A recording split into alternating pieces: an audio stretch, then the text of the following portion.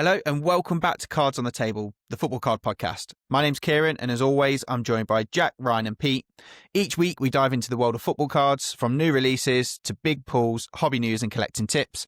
This week we're going to be talking about Topps Dynasty, a bit around Dortmund focus, and also some changes that are coming into effect with whatnot that may affect some smaller streamers. So, right, jump straight into it. So as you will have seen over the last couple of weeks, there's a lot of stuff coming up in terms of product releases. One that has just dropped, which dropped last Friday, I believe, maybe actually just before then, sorry, Topps Dynasty. There was been a lot of hype around it, mainly around one Mo Salah being in the set and signing for the set, which we'll obviously come on to anyway. But yeah, I suppose, how you guys found the breaks? Have you bought into any? What do you think? I wish. On both. Oh dear. I didn't get my wish list off to Santa in time to buy into one. I think for us, it's been a week's worth of shows in it, just getting the popcorn out and just being a viewer, I think, for a change.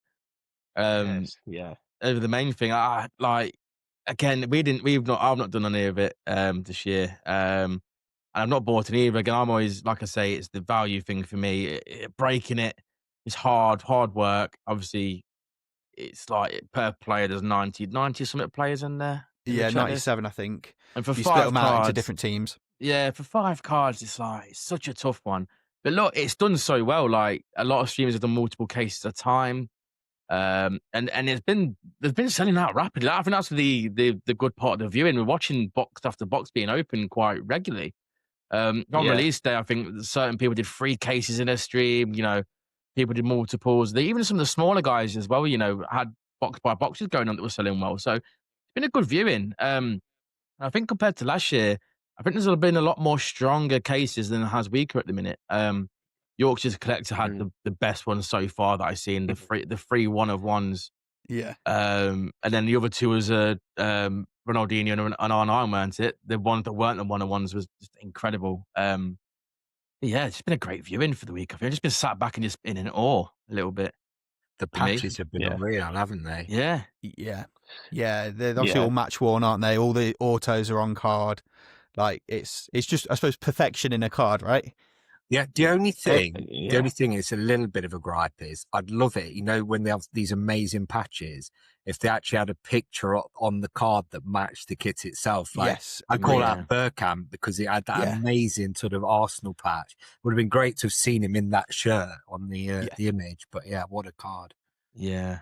And again, we've talked about it before, Futera, like that expensive as setting us a card. Maybe they should tell you where the shirts come from as well, maybe, or when they signed it, just for that little bit of extra. You're paying quality, you're paying premium for quality, and it is a quality card. Like, the cards are stunning. I think the best design I think they've had for a few years as well. I've done that bit, just that extra touch. I think for the price of the boxes, it would have been nice. Yeah, it's been amazing. It's been, like I say, it has been a movie, right? Same people. The biggest thing is when watching like similar buyers in similar breaks, and these are, I don't think there's any cutting any corners with it. These are people who have the money to be able to spend to go into these breaks to try and hit these big cards. I think there's a couple of streamers. The one with Yorkshire was like, where he did a 6-box break, I think it was last night, of Dynasty, which was really interesting. But that one there, you literally said, like, you go into these breaks thinking you're not going to hit because it's only 6 cards, 95 spots, let's say 97 people condense them, or a couple of spots here and there out. But like, absolutely mental. Like, someone was saying as well, I think people were saying like the amount of, in the end, people were going like Yamal was the safe bet because Yamal was coming out like 1 in every 4 cases. So then, like, the marks of excellence, Yamal's that are number to 99 selling for, I don't know, anywhere from 3 to 3.7k. I was like, people were saying on the stream. So it's like people like hedging their bets on what they should be like purchasing in terms of going into the break. But then that first day, like you said, Ryan, I think it was 2 or 3 R9s came out in streams that I'd seen. It's like, what is going on? Yeah, the first one was Kaboom. Kaboom were the first ones, I think, to open it at 1 o'clock deadline. R9 first one, then switched over to Yorkshire, who hit 1 or 2, then another one. It was R9 for fun. Like I said, it was just really strong box after case. It was. And the best thing for me, if anyone who knows me actually, is weird. It's a very weird this, but obviously I'm a Leicester fan, right? There's no Leicester in Dinister. Shock horror. It might be maybe like one year. B-Tech Dinister. Yeah, B-Tech Dinister. It's coming out in 2026. Points deduction to buy it. But I'm for some reason I'm a massive Francisco Totti fan. Oh like, yeah, mate. It's a really weird not resemblance. I was nowhere near Francisco Totti, but I mean in terms of like that's the wrong word for a podcast. As in like that's getting clipped. For Totti. Yeah, I mean he was a fucking good-looking bloke and he was a decent footballer, king of Rome. But 2 1-on-1s came out on the first day, and it were both for Totti. Yeah. And that for me was like a really, really good watch. It was incredible. One of them was the Club Crest 1 of 1. Yeah. And the patch was just it said AS Rome, didn't it? Going up, it said AS Rome. It was like, come so get good. More perfect. No, but yeah, King of Rome is like a big he's a PC point for me, which people may or may not know. There's a fun fact for you all to start your podcast. People be like, yes, I finally found out. I'm going to get inundated with messages. I've got a Totti card if you want it. Yeah. A base Totti. Yeah, it was them Club Crest cards are so nice though, because it's for the vast majority it's kind of almost the full badge, isn't it? Within the actual patch itself, they're all kind of 1-on-1s as well. And as you say, obviously with Ronaldo came out a lot. Obviously, he's in there under a couple of different teams, which obviously helps with him hitting quite a lot. Your Mao's obviously marks of excellence. So they go from out of 99 right down to 1-of-1, which I did see the 1-of-1 get pulled pretty much first day, right? Along with a load of other 1-of-1s, which you'd expect because I think the highest number apart from marks of excellence is to 10. So you're going to get low numbered cards.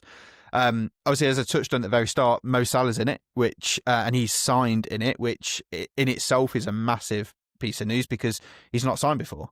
And obviously there was the checklist got leaked early. I don't think the actual checklist itself ever got published, or it still hasn't to now. We're pretty much everyone's worked off this leaked checklist. There were still ums and ahs until we saw the kind of first Salah card get hit that he definitely was in the set, because he was amazingly not in any of the promo material, nothing like that. But he's actually got an on-card. It's not a redemption. He's got an on-card auto. And I've only seen one hit so far out of 10. Haven't seen any of this. So I'll be amazed to see if there's a large number of them maybe in wave 2 or and any other kind of, I suppose, some of the bigger cards as well. But yeah, there's been a lot hit, but it's beautiful to see. I think there's every chance there's going to be more of his cards left to hit than he's got Liverpool appearances left. Yeah, I was going to say, it might not be such a big deal at the minute. Right? Sorry, Liverpool fans, but he chosen to really kick off at the right time, hasn't he, to build the hype on these cards. It's okay. I'll be in an Inception MLS next year. It's fine. Yeah, back at Roma or something. It's the top in the chat list. Yeah, so I mean, it is an interesting one that he has signed. I didn't really fully get the reason before, I don't know what the actual reason was before. I'd heard before it was kind of religious reasons, which doesn't sound like it would be the case if he's now gone to sign. But it does make, I mean, before the sets even got broke, I think the 1-of-1 had a bounty of it of 150 grand, which for a single card, it's amazing money, right? It's life-changing money, as we kind of spoke about before. But yeah, I'd be interested to see if he signs more now. And there's more. So you've obviously got, imagine him in a Liverpool team set. Imagine how well that team set will do. Do you know what I mean? There's a lot of, in a collector tin. Mo Salah water in a collector tin. It'll probably be double the price. No, the team set will be £100 a box, probably. Yeah. And also in every free. It does interest though. It is interesting. It's like he's decided to come out and sign at a point and signing one of the most prestigious sets that is so expensive for people to buy in. Makes me wonder whether, to your point, and it's all jokes aside, if he does follow on this whole signing piece, if it goes into this definitive. Definitive is the one that I'd expect. Yeah, higher end sets, etc.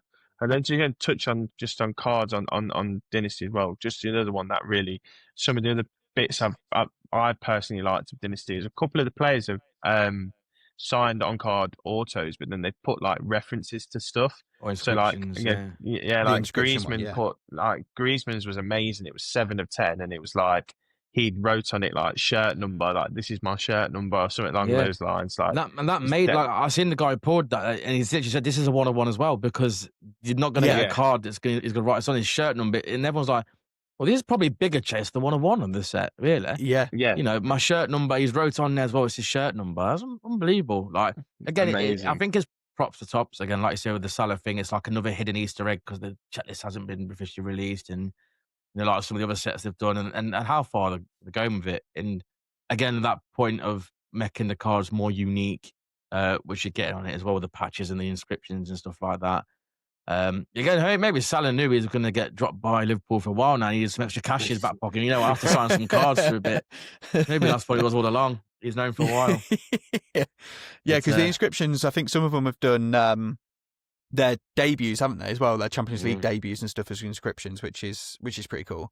And I suppose touching slightly on the definitive set, I've seen that they've introduced like My Football Idol as well as part of the card of like listing out who, which I mean it's a beautiful touch, isn't it? It's something that's a bit different. I suppose they've got to continually innovate a little bit because there are so many sets coming out and there's so much so many other people like Futera and stuff like that are pushing things as well. They've got to keep kind of innovating things, and that itself is unique to Topps now, and it'd be interesting to see what else they do as well. Well, this is the thing with Futera, isn't it? I mean, this is where we saw some of it first. One that recently announced. I mean, Jack, we've talked about it before, but we had the Manuel Patini put like Allez Le Bleu on it and stuff, and it was a cracking card. Yeah, it's definitely like personal touches to it. Like the creative like approach that's happening is brilliant. Really, like it just does give a little bit of a freshener, because at the end of the day, it is patch or auto or patch auto. Like the match worn, player worn piece is obviously fantastic, creates a bit of a buzz to it, and then the whole detail element is even better, going that one step further. But if we see, and it happens in Immaculate as well, if we start seeing a little bit more where it's like, you know, a more like match ball, more boot, more glove, like those types of things that are incorporated into other sets, that becomes a little not to like dilute it down, like when you get those types of cards when they don't become as special, but to have a little bit more of them in some of the other sets maybe will come in. So that's going to be like that'd be really cool, just to give it a bit of a different flavor to the whole relic piece. And particularly because obviously, you know, it's not just shirts, there's so many different parts of it. Like Barca did really well, didn't it, in previously when they started getting, and was it Arsenal, they've given bits of the seat and stuff away, like they're really quite cool collector's items. Yeah, it's like what how much is the Salah card that says slot is an arse on it? How much is that going to sell for? Yeah, that's not a 1-of-1. He signed all of his like that. On that subject, like I say, Jack summed it up like with the Barca set of the net relics from the last games of the new camp, all that kind of stuff was quite. What do you think is next, and what ideas could we bring to put into cards else? What could we think of top of our heads? Well, they've started to do something in Germany, haven't they, now, around the football. When the goal's scored with the ball, they swap the ball out and keep the ball separate, so that's the ball that the goal's been scored with. So I can imagine that there's going to be, obviously they've done match balls before, but obviously I can imagine they've done some, like they'll start doing some where the goal's been scored with this ball. I mean, you see it quite a lot in almost just look at what they're doing in American sports and then give it a couple of years and they'll bring it over, because obviously baseball now, they do it, every kind of home run ball gets boxed up and gets sold, and I think the bat ends and all that sort of stuff as well. So yeah, I think, I mean, they even started doing bits that weren't actual football, right? So like Ballon d'Or, ripping up half the carpet and putting them into the actual cards as well. It's more experience and stuff, right? Yeah, the trophy shavings as well. Isn't that one of them too? Trophy shavings as well. That's crazy. Might get shin pads. Tell you what, you can't beat an old sweaty shin pad, can you? Like just a really old sniff test comes out, like more than ever done it for a shin pad. Like couple of stuck hairs on it as well. Yeah, bits of corner flags. Maybe even take it one step further, and like, you know, after the game, you can go like in the cop end somewhere and just pick up like old used fucking pucker pie like wrappers and stuff, start putting them The in foil. cards. Yeah. I'll Well, tell we you were what, I looking at saw. those, When it's he like said, Walker's crisp packets, weren't we? Or yeah, hey, I've still got them Walker's bags from when we won the league that year, 2016. Oh, the gold ones, right? Yeah, the Salt and Victory Yeah. was the green one, the Vardy salted, and the Cheers and Onion, weren't it? And I've still got Yeah. them going mouldy in the background down there somewhere. I reckon we need to like set something for Ryan, like a challenge. And if he fails it, he has to come live on stream, pop open one of them packs of crisps, and have a good old nosh on it. As long as it ain't the Cheers and Onion, that'd be vile. Vile. To be fair, I've got a bottle of the Captain Morgan rum. Yes, the that as Wes well, Morgan one. I don't mind doing a challenge with that. My mate, say my that new nice. mate Wes. Nice. Yeah, your mate Yeah, Wes. your new mate Wes. My new yeah. mate Wes, yeah. I'll tell you, when you said corner flag, Jack, that'd probably be a grow card for me. You know, like a Vardy card with that corner flag that he nailed that time after scoring a goal. Yeah. It was the Pride one, like the Sheffield rainbow United. one. Yeah, when he Yeah. shattered it to pieces after scoring a goal. Bit of that in my card. That's a grow card for me, that. I reckon. Yeah. That's what I mean. I see, like, it sounds daft, but some of it might genuinely be like, oh, that's quite interesting. Well, it's a moment Yeah. in history, isn't it? Like things like that. Like I talk about going back to the team sets, like, you know, there's a couple of inserts in there. You've got the Adebayor always running towards the Arsenal fans after scoring that goal against them. He's got the Balotelli why it was me lifting his head, you know, shirt above his head, and that iconic moments. Like if they got more of that into cards, maybe just in patches and stuff, that'd be. Imagine a piece of that shirt that said "Why was me" on it for Balotelli in a card. Yeah. That would be good, wouldn't it? Like that would be a piece of history. Like for us, like our era, Premier League, like that part with Man City was in that transition. That stuff sticks in my head. Do you know what I mean? So that again would be really cool. But again, it's getting hold of that piece of material, isn't it? That's the only thing. Bit of Yeah, vinyl 'cause wrap from one of his cars, you know, when he had the camo prints on the it. camo, yeah. Bit of fireworks stick. Yeah, but fireworks he set up in his house. when he was buying everyone fuel at the fuel stations, weren't there? Yeah. What a character. Crazy He's, bloke. You don't get many of them anymore, do you, to be fair? No, But to be fair, not like that Futera with did do the piece unique, didn't they? Which were like, they were one of ones, but they were like a bit of the Maradona boot from when he scored in like 86 and stuff like that. So they'd started to look, but like you say, the actual getting hold of the card that you've then, the material or the boot or the shirt or anything to then put it in a card, it's going to be so hard to do.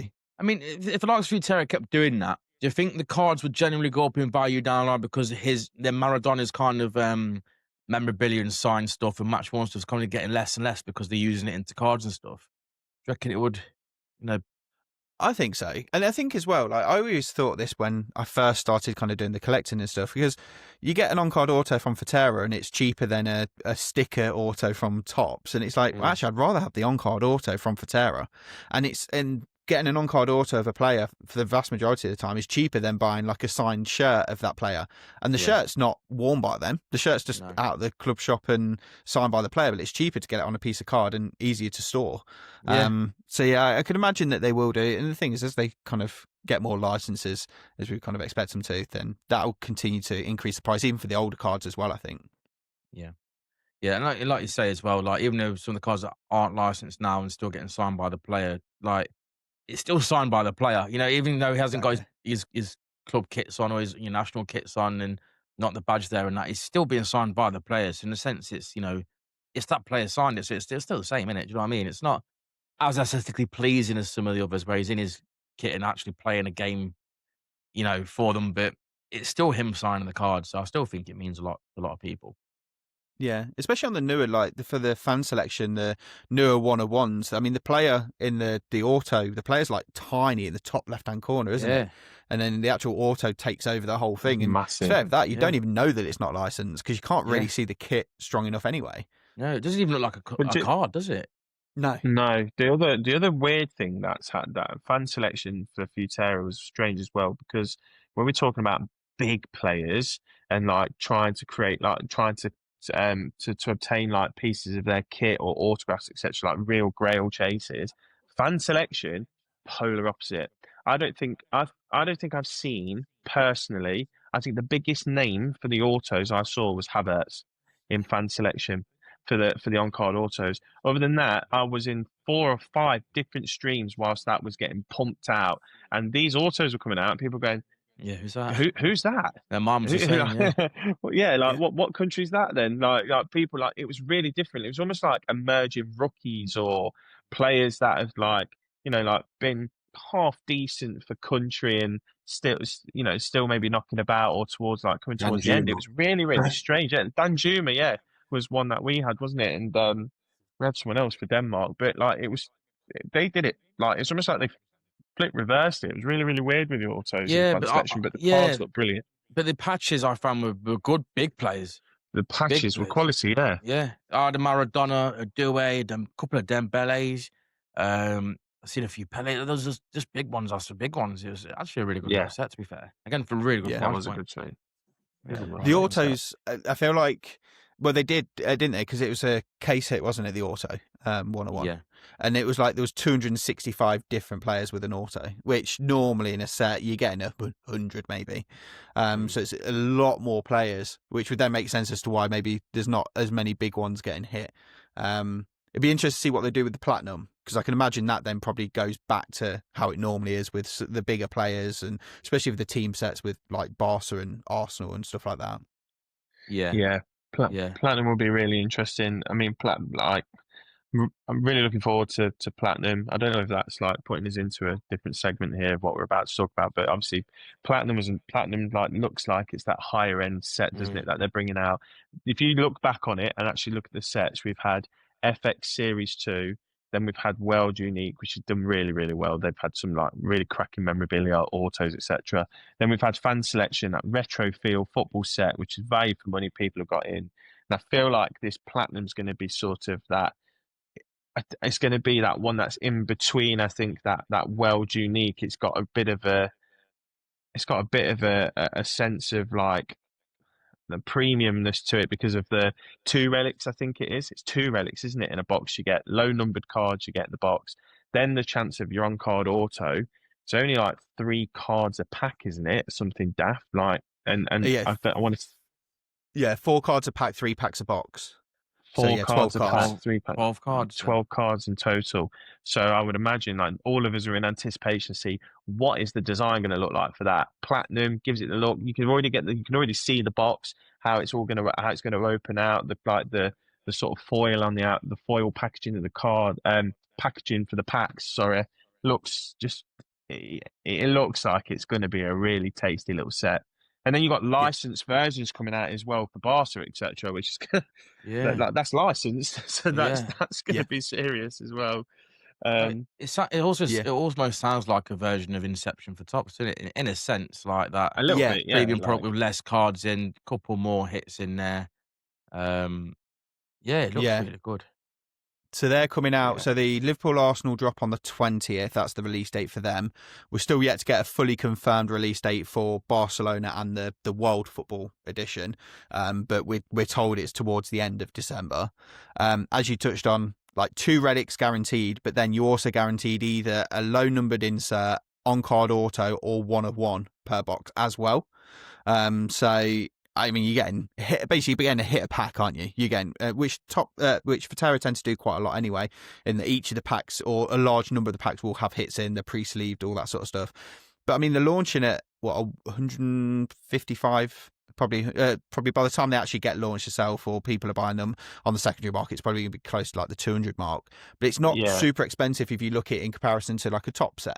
Yeah. So they're like, say, people are going to be able to buy into these a lot better. They're coming out at the time when there's a lot of product coming out, which it'll be interesting to see. But yeah, I'm excited for them. I know you say that, but actually, you do look at it though. I know Inception's out there retail at the moment. You can buy that pre-order at £260. I also know that this Platinum collection is £225. I think it is. So it's not far off. It's not far off at all. Considering that tells you something about what I think we're going to be expecting if they can put that price at pre-order for people. If you've got the money and you want to buy this before it comes out, it says to me that says. Hang about. This could be a different level that we could be seeing from whoa. Set. Whoa. Roll us out amongst the top. I think it'll be chucked well in the mixer. I do. I think it will compete with it all. To be honest, I think it'll be again that price point with Futera. I think because there's multiple nations in there. I think breaking wise, I think it'll be And that's the thing. Like again, touch back onto Dynasty. Another reason why we didn't kind of touch this before is it's that touchy time of year, isn't it? Like we knew all these releases were going to come out. Which releases people saving the money for? Yeah. Christmas is coming up. How much money have people actually got for all these sets? So I think something like this platinum, again, we'll be able to stretch the spots out of being all so many nations. Again, we'll probably group a rest of the world spot, whatever is going to happen with it. But I think it'll be a really affordable price point to get involved in. So I think it will be straight in the mix. I think it will compete really, really well. Yeah. If you look at it like for like as well, against like an Inception, right? Yeah. You're getting 2 relics, which are going to be most likely match worn, at least player worn. Yeah. I mean, they do sometimes use training kits, but the vast majority are match worn. You don't normally get that in Inception. They're not all match worn in Inception.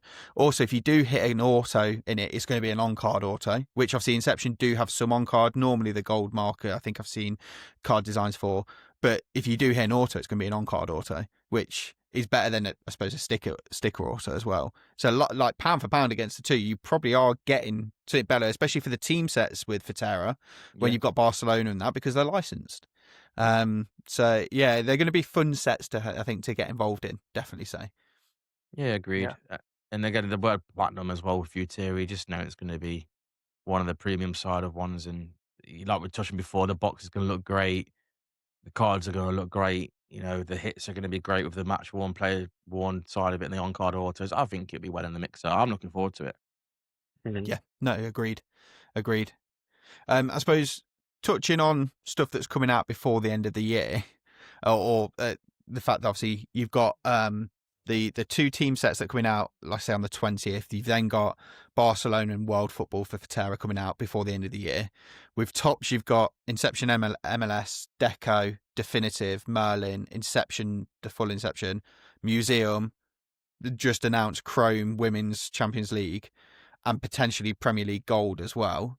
Like, there's a lot of product dropping before the end of the year.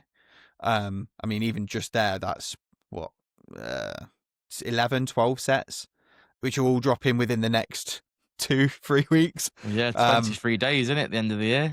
No, yeah, it's getting close. It's 3 weeks away. Absolute mayhem. That sounds horrendous in how you put it that way. 11 sets in 3 weeks is just daft, isn't it? Yeah, oh my God. absolutely ridiculous. Wait, look, which is probably a reason why Dynasty sold so quick, though, right? Because no one's had anything really newer stuff to break in the last few weeks. So I bet you people have spent less money and have got, obviously, you've got Christmas coming up, which is obviously an expensive time of year anyway, but people have probably got money that they'd normally spend on cards week in, week out that they maybe haven't been because people like to buy into new sets and stuff. And that's why probably Dynasty sold so quickly, more quickly than you'd expect it to in a lot of these streams as well. But how are you guys planning for the end of the year? Obviously, I know it's a slightly different situation for yourself, Ryan, in comparison to Jack and Pete, just because of the kind of setup you have with regards to the breaking and stuff. But yeah, how are you guys planning for the end of the year? Are you excited? Are you scared? Are you going to do a New Year's party? Like, what's going on? We'll be streaming harder than Santa be distributing presents. Yeah. Yeah. Yeah. No, you've got to be excited by it. Like, I think the dates are the dates. So when it's all coming, it's coming. We can't the reality is we can't control it. We can only prepare for what's going to come. Those sets are all going to be brand new, sparkler. People know about them. People who card collect are going to know about them, and they're going to be interested as to what's coming down the line. It's going to be literally headaches for everybody who's buying into sets to what you want to buy into. And I actually think what you might see is quite a big variety of different things going on at different times, and it will.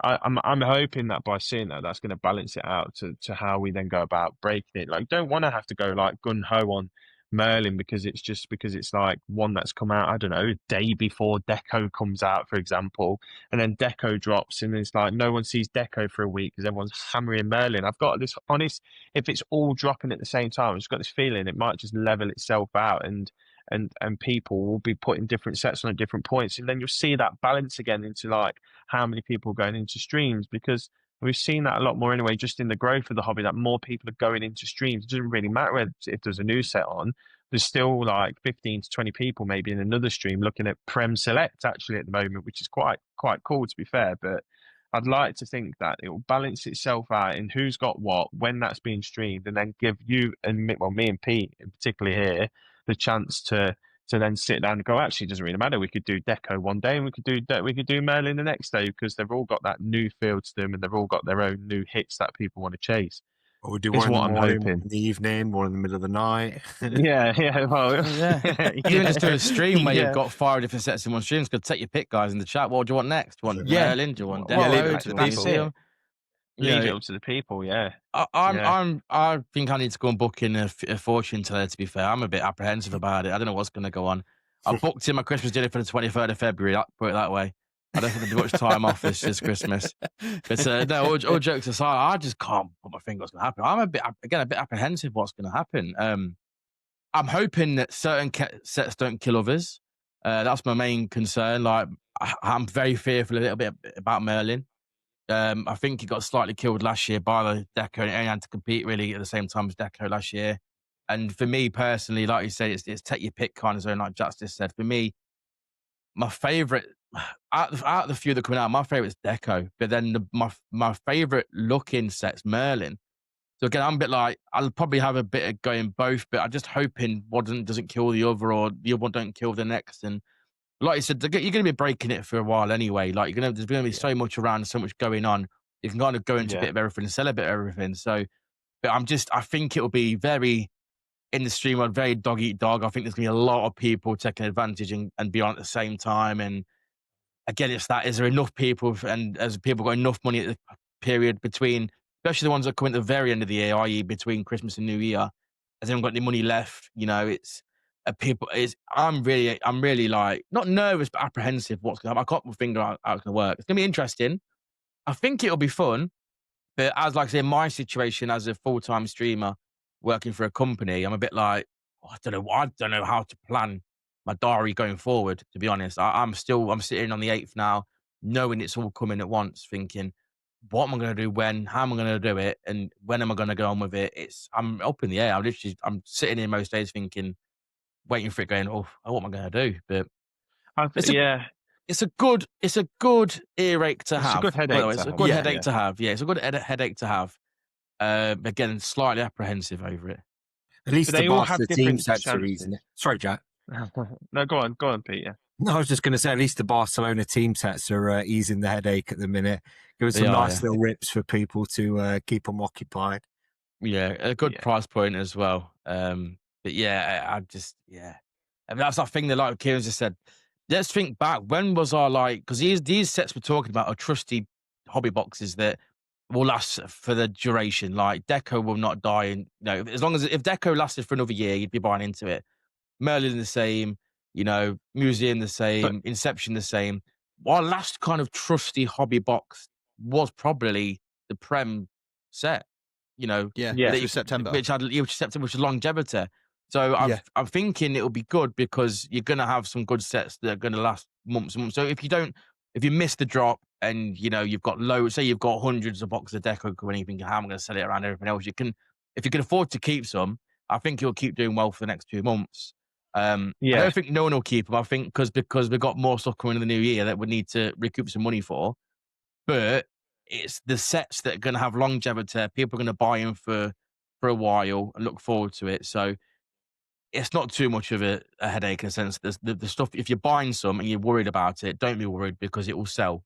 Whether you just got to pick the right times, And that's the other thing. The only other thing I wanted to sort of mention that I saw, that I've seen, is that these brand new sets, like, they are going to fight against each other, because there will be look and feel of cards, etc. But they all have their own different unique hits, associated to them as well, in card designs. And I think streamers have actually done really, really well actually in the last 2-3 months, let's say, because they've brought old versions of Deco back that people have been streaming.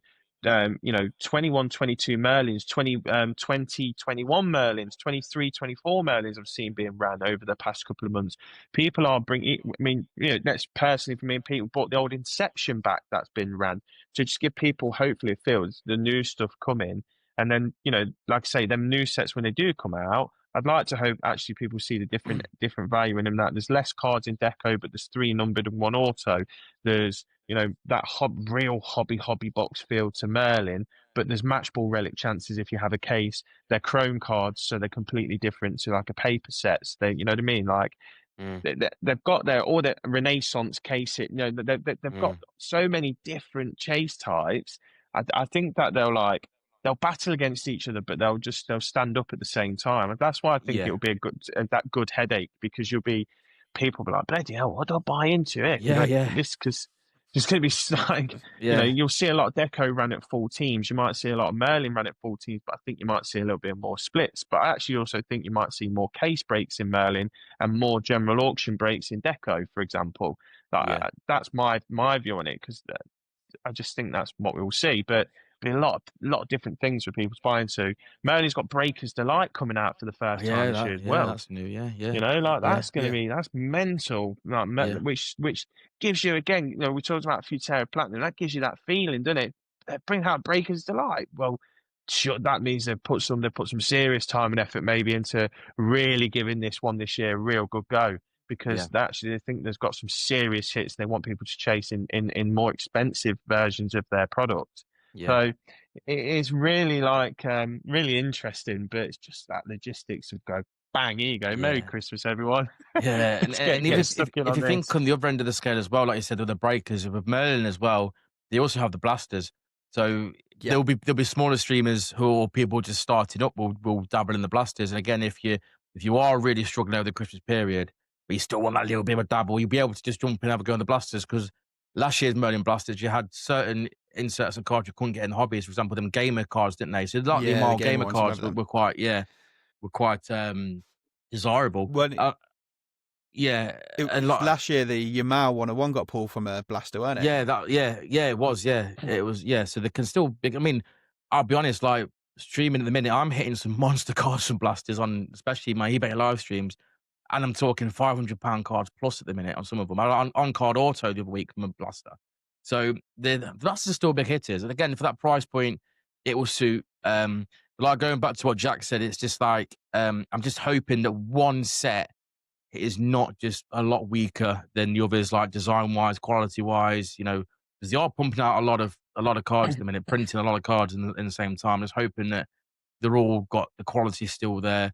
Because like if we take Museum out of the equation, you kind of got Merlin, Inception, and now Deco. You're probably talking 50 quid either way of the price point. The breaking wise, they're all going to be very, very similar to get into. So if one is a lot worse than the others, that will be dead. It'll kill it. So I'm just hoping that doesn't happen.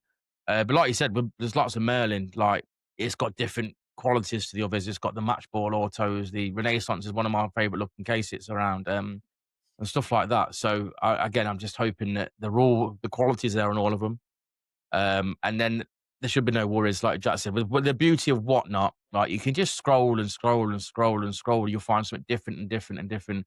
The amount of streamers that are going to be doing it, it's just going to be take your pick and whatever you fancy on the day. Or looking at what the wheel's like. If there's a strong team in this set still live, you'll have a go on that. You can kind of pick and choose. And I think the beauty as well with eBay Live for me at the minute as well, we're talking a different subject here, that there's not too many sports streamers on there at the minute. So for me personally, I can kind of go on there with something and give them the variety too, which would be really good fun. So I think at the minute, for my view, is there's a slight, not to say frustration, because the really good community on there that will kind of support you and buy into it more or less anything, as long as they're having a good time and having a laugh and that. Not many people scrolling, so they'll come and find you. You can literally go, right, guys, I can ask them what do you want today, and they'll go with it, which would be quite fun. So if that kind of, for me, on my personal side of my streaming situation, if it is kind of dog eat dog and there's a struggling time where a certain person's doing a massive case break or something and you're not, so they're getting the viewership, just even people just watching and during the time and the Christmas period of time off, I can kind of shift over to eBay and go, you know what, I can do a few bucks in here, whatever really, and suit that way, which would be quite good. Yeah, I think they'll just have longevity. I think they'll, like you say, they'll because everyone will be breaking at the same time. It might be that everyone breaks slightly less than they would normally because there's a lot more competition. But actually, that just means that it's going to go on for longer, which I think will be good. Neither of you none of you getting involved in definitive? No, $3,500 a box. No, No. It's like the other end of the scale. Definitives, Yeah. again, like going to do Reverence. It's like Reverence 2.0 coming out. It's going to be tenfold on the crazy. price, isn't it? That's the thing.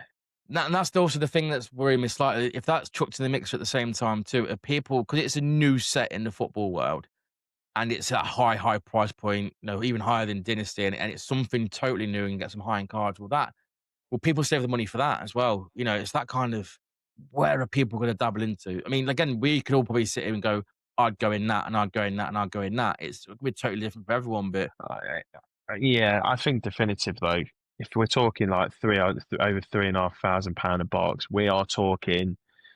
If you're going to do, God forbid what it will cost you, even from an auction perspective, if you wanted to get into it on an auction, how many spots it will be to get in on definitive for it. I'm not knocking this, by the way. I'm just saying that this is, as a breaker, if I had a box of definitive right in front of me now, I'd be thinking to myself, well, I want people to get involved in this, but if I case break it, I'm going to have to put Salah, if he signs, or Haaland or someone at a ridiculous price, which will cater to the right people who have the money to be able to do it. But that's what I would have to do, because you've got to remember, you've bought that box, and let's not forget about it. You've bought it, so you can't can't just go out your way losing. That's not how it works.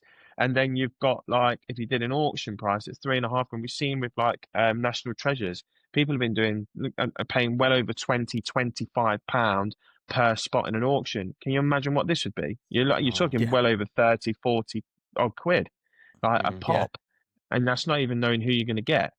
So that one's going to be really interesting. But like with anything, if you love what you see, and let's face it, we've all seen it, and we all love what we see. We've just spoke earlier about that fantastic new feature of, actually, this is my player idol. Although if anyone's seen Paul Gascoigne and can actually tell me what he's put, that would be great, because I have no idea. I have no idea what he's written down. But do you know what I mean? That's like such. Yeah, no, yeah, sadly. But do you know what I mean? Like, those new features, people are going to want that so bad, because that's collecting at the end of the day. That is it. That's it right there. That new shiny thing you can get your teeth stuck into. It's Christ knows what's going to happen. Like you said, it's going to be mad. It's a tough one. Like you say, these tough breaks. Like you say, Reverence. It was some people doing 140 spots, and it was £20 a piece, and the 1 in 41 chance of, well, no, actually, no, there was 5 in-case cards in the box. No, 4, weren't it? 4 in-case cards in the box. So you got 4 in 140. Yeah, 4 in 140 odd chance of hitting something like at a tough price point. I mean, I entered plenty, probably spent a few £100 and didn't hit a single card from Everence. It's like, it is tough, but the whole point of breaking, I think, is the point that no one, well, we certainly aren't going to sit there and spend $3,500 on the box for ourselves, are we? So, getting in at a lot smaller price point for that chance, yes, it's tough, but it just gives everyone that chance of actually owning one of these cards altogether, which is where it comes from. Like I say, some breaks are tough. Even as, like I said, as a seller, they're thinking, I won't buy into this. Can I sell this? But it will go, because, again, the desperation of getting some of these cards you just spoken about will be going around for a lot of people, and it's a new set for football. And again, at £3,500, it's not going to be a poor set. It's going to be quality made. It's going to look good. But I think you slightly more hits as well. So you got 8 in this, haven't you? Where like 2 relics and 6 autographs, all relics. So every card's going to be a hit. Whereas with Reverence, I suppose you had the kind of base and numbered cards, didn't you, initially, and then you got your patch auto, and then 3 autos. But still, I don't know. I just feel like there's probably going to be less. Unless they're breaking down into every single player, but I just get the feeling from this there'll be less players and less teams in this than was Reverence, so it's gonna be even higher cost wise, right? Well, I think the majority will. What is it? 3 boxes a case. Yes. I think if people are going to do single boxes, I think the route people go down might be a draft pick. So say it was, call it £4,000 a box is 8 cards. What's that? £500 a spot for a card. I mean, again, it sounds a lot of money. But again, if some of these big players come out with some of these big nice cards, they're going to be worth more than £500, So I think that might be the route for a breaker to go down. Everyone guarantees a card. It's a bit safer. I don't know. I did it with Ajax. That was a tough one.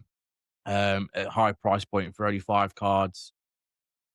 And again, 20 odd spots in there, say £18 a piece. It is a tough break. So a lot of people did prefer paying £100 to £125 to guarantee at least a card out of nothing, because you could have 10 goes in it and still come away with nothing. So I think that might be a route. I don't know. Until you look at the checklist and weighing it up, it's going to be a tough one. No, agreed. I suppose you touched on it briefly, but we obviously spoke about it in previous podcasts, up to the fact that before it was released. How were your Ajax breaks? Pain in the arse. Yeah, absolutely pain in the arse. Yeah, tough. I only had 8 boxes. I've still got 2. That was a while ago. Again, it's that tough break. It's a really nice set, but and some big legends and some big cards in there, and some big chases, of course. But again, in this country, there's not many Ajax fans about that are, one, going to dabble into a personal, 2, draft picks. Your big spenders went into some draft picks. But again, if you pulled the non-auto, it was rough going. Like, you could even get one of the badges or even an insert that wasn't even a player for that. And again, like, I kind of tried each way. I think, to be honest, I've seen about 6, 7 different breakers do it now, and nearly every single one of them had done it a different way. Whether it was a random wheel that was £16, £17 a spin, and you got your chases still on there, and if Bergkamp was still there, it was going for a bit more. Respins were going, etc., etc. I even tried that. I tried doing a £16 spot, 30 odd spot break, where it randomized at the very end, so that it was just £16 buy, and it was all the same. And everyone, it ran, like a draft way. I tried doing it as a draft on eBay, where everyone had a card. It was just a pain. It was a lovely set. Again, there were some rough boxes out there for the price point, but if that was Man United, it'd have flew out. But again, this country, Ajax, it's a tough one. Again, that one of one Cruyff cut signature is obviously the card of the set. Not seeing it pulled yet. Hopefully it's one of these 2 boxes behind me, but other than that, I had a Bergkamp to 49, which was nice. A couple of low numbered, a Seedorf to 5, but I think if you purchased most boxes, I don't think you're getting all your return back. Put it that way. Yeah. So yeah, it was Cruyff tough. is like the god card, isn't it? It's when that gets hit. card. Yeah, but yeah, a lovely set, a lovely looking set. Again, a lovely nice premium. It was very similar to Cricket Legends, which I did on the cricket side. Was very nice at a good price point. Not as similar as the buy-in, because you got the base cards in that, which got a little bit extra. The checklist was higher, so that was an easier one to do. But yeah, I'm happy they are bringing more of these premium ones out. Same as the AC Milan 125 as well. That was pretty, or the anniversary, whatever one it was called. That was very similar, but good. If they bring more like that out for clubs that are more desirable over here, they'll do amazing. It'll be brilliant, and a lot of people will buy into them. It was a tough struggle. Good set, nice idea. But breaking wise, it's not a breaker's product. It's for someone going to come in and buy a personal, or someone who supports Ajax. It's one of them. Yeah. No, it makes sense. Cool. So I think we've covered off a lot of the sets. We don't want to go too much detail into ones that we haven't seen, like checklist for and stuff. So yeah, in a couple of future episodes, no doubt we'll go into the mountains of sets that come out and what we find breaking it. I suppose one thing that did happen, today, I believe it was an email from Whatnot around some changes that they're making around tax and kind of declaring, I suppose, what revenue you make through Whatnot. We've seen it before with eBay, just not even eBay Live, but just, I suppose, selling on eBay in general and kind of having to declare bits like that. How do you think that's going to affect the smaller streamers? And I don't mean that in a derogatory way. I just mean streamers that may be doing it as a bit of a hobby, a bit of a pastime while they're working a full-time job. Do you think it's going to stop people kind of getting into the game as such, and then start to reduce the volume of people that are breaking, and it just makes it potentially a bigger barrier, I suppose, to people to get started on the likes of Whatnot? Yeah. But I mean, look, when you first start doing anything, particularly Whatnot, and you start selling cards, football cards, Pokemon cards, whatever you do, clothes, whatever it is you do.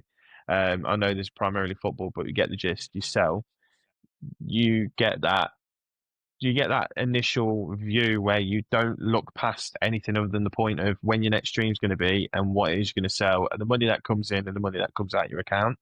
You soon start realizing, if you build a traction, particularly on a platform like Whatnot, it comes to a point, and if you've got a job, bear in mind, alongside doing whatnot, you have to be extremely careful regardless of how you then go about, financially sorting that out, amongst what's coming into your account, then what gets reported. Like there's thresholds anyway that regardless without whatnot, if you hit today, become declarable.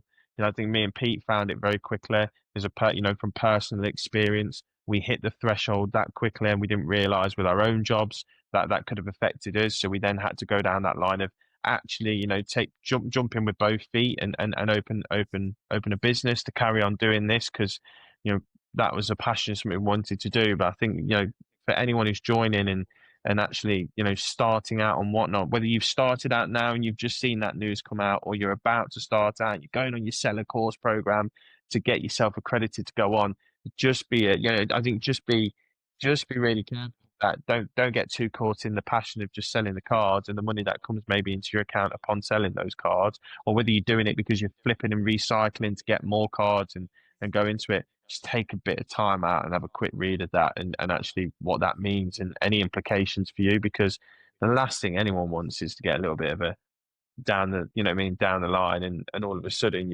you've had your arse bit because you've not actually took the time out just to look at the simple things for money that comes into your account and selling. I was just going to say, because if you're buying to sell, it's just as little as £1,000, I believe, as well. Obviously, there's different balances if it's things that you already own that you're then selling. But if you are acting in the capacity of buying to sell, it's literally £1,000 before you start having to report it, and it steps outside sort of like a personal trading allowance. So definitely one to watch out for. It's like you mentioned eBay doing it a long time before. You got kind of was it £1,000 leeway? Then it was like all 100 sales or something like that until you had to kind of declare £1,000. Yeah. So it's like I seen. I kind of did a bit of eBay before I did all this, and that I hit that threshold, and it kind of put me off. I didn't think I did a lot after that because got to the point where personal possessions, you were selling just to recoup a bit of money, like Jack was saying. Or you just recouping some money, and then you're getting kind of penalised again. You pay tax when you buy it. You pay VAT, all that kind of stuff. Then you're selling it now to recoup some of the money. Just even if you're struggling, and it's like they're taking more money off you again. It's just frustrating. But like you said, I mean, how would you boys, starting up? If you were to start up now, would this put you off? Yeah, massive. I think it would do. I think yeah, it would. This is the honest answer. I think we initially, when I started selling a few items on whatnot, I sold and got to a point. I'm very lucky. Did picked up quite nicely. People joined in, and I got the sales to get to a point. And then Pete, me and Pete sat down together and we progressed it. It was only one day when we both literally sat together and said, "Oh my God, we need to look at this," because I was paying like Pete rightfully money that Pete was owed, and rightfully money that I was owed, not to go into the logistics of our personal business, but we got to a point where we literally sat there, looked at each other and thought, thank God we're actually having this conversation, because if not, we would have ended up being in a position where we could have got stung. And, we then you hit that point where it was going that well. I think that decision naturally pushed us into going into a business, and it's the best thing we've ever done. No, it is, and not to put people off, right? If you're listening to this, it can be the best thing you ever do, because if it's something you love, passion-wise, for cards, just for being involved in like a community, the whole hobby aspect, being able to pull those big hits for people, don't let it necessarily put you off. Just have a good think about like what you've got to do logistically, because it is not just as simple as picking up a box of products and then selling it. There is so much that I've learned. Thank God I've got Pete as my partner within this, because I tell you, I am the optimist. You could call him the pessimist, but thank God, Pete's the because wise man, isn't he? You need people who keep both your feet on the ground. That's the only thank you he's ever going to get, because he's still to this day. I could, in my mind, we'd be an empire right now. Pete's keeping it 1% a day. Yeah. No, I think it literally, but it is that, and I think I'll probably just slightly correct what you said, because I don't think from the outset, if you'd known this, it wouldn't have put you off necessarily. I think it's more about, like you say, walking in with your eyes wide open to what you need to do. Because I suppose, the other thing is I love it too the much, longer you leave something, the more and more of a pain it is to try and track back and understand what you did. So I guess that would just be my advice to is if you are committed to it, it's not a major thing if you stay organised early doors. Don't do 6, 9, 12 months of this and then go, oh, what did I spend? Where did I spend it? Etc. etc. That is no fun whatsoever. Yeah, it's like, again, I think people who don't stream, etc., watching this, if they do, like it's not like it's not just a case of picking product top and just going whatnot and selling. Like with all this, especially now, you got your bookkeeping, your admin. I mean, look, we live in a tough world where unfortunately you get taxed on anything you do now. Even breathing in the air, you just getting taxed for it. And it's just the time we're in and the government we're in and all that kind of. I don't want to get into politics. It's not what it's about, but it's just unfortunately the world we live in. And look, it's an income. You're gonna have to get, you gotta give a little bit back. But like you say, it's a tough one because you know what? Believe it or not, there is people on there that do it just for fun, a bit of banter, something they enjoy. But I even just this morning, I woke up quite early and just had a little look on, weren't many on. There's a guy on there, never seen him before. You're running two prison blasters, at £1 starts, and they were getting £1 or £2 back. I'm looking at it thinking, you couldn't even buy it for that. And he was just like, look, I'm just doing it for a bit of fun, just enjoy doing it. He was having a laugh with the chat and stuff. I generally believe that he was just doing it just for something to do or a laugh or enjoy it. And it's gonna knock them out of the game because it ain't gonna be enjoyable anymore. If you're gonna do it to enjoy it, and then you've got to do the admin side of it, you're gonna get taxed on it, so you're not making money at the same time. And it comes to the point, if you're breaking even, having some fun, then it is fun. You generally are doing it for a bit of fun. But if you're gonna now lose, get taxed on it, and then go do it, you ain't gonna do it. It's gonna kill that fun and the hobby aspect side of it. But let's be honest, majority of the people on there aren't doing it for a bit of fun. It's a lot, like I say, a lot of business related, but it's fun doing a business around it. But you just got to be proper.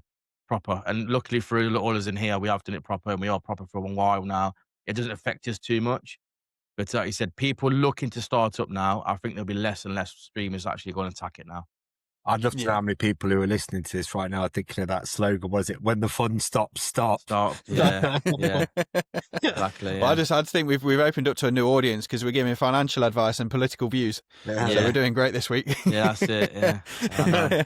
But no, I agree. I think before you could, for want of a better word, you could bury your head in the sand a little bit. Like there were probably potentially people out there that knew that it maybe needed to happen because they'd heard something, but didn't really do anything because it's a couple of quid here and there. Do you know what I mean? But obviously it does build up fast. Obviously with the change that they're doing effectively on your next payout, you're going to have to declare tax information. So it comes in very quickly and there's no kind of getting around it if you want the money out of the account. So there's no way for people to kind of turn a blind eye, which I think it might be that unless it depends on how verbal they are around it when you're kind of first signing up or going through the kind of onboarding experience with whatnot. It might be that people do their first stream, find that at the end, and then don't do a second.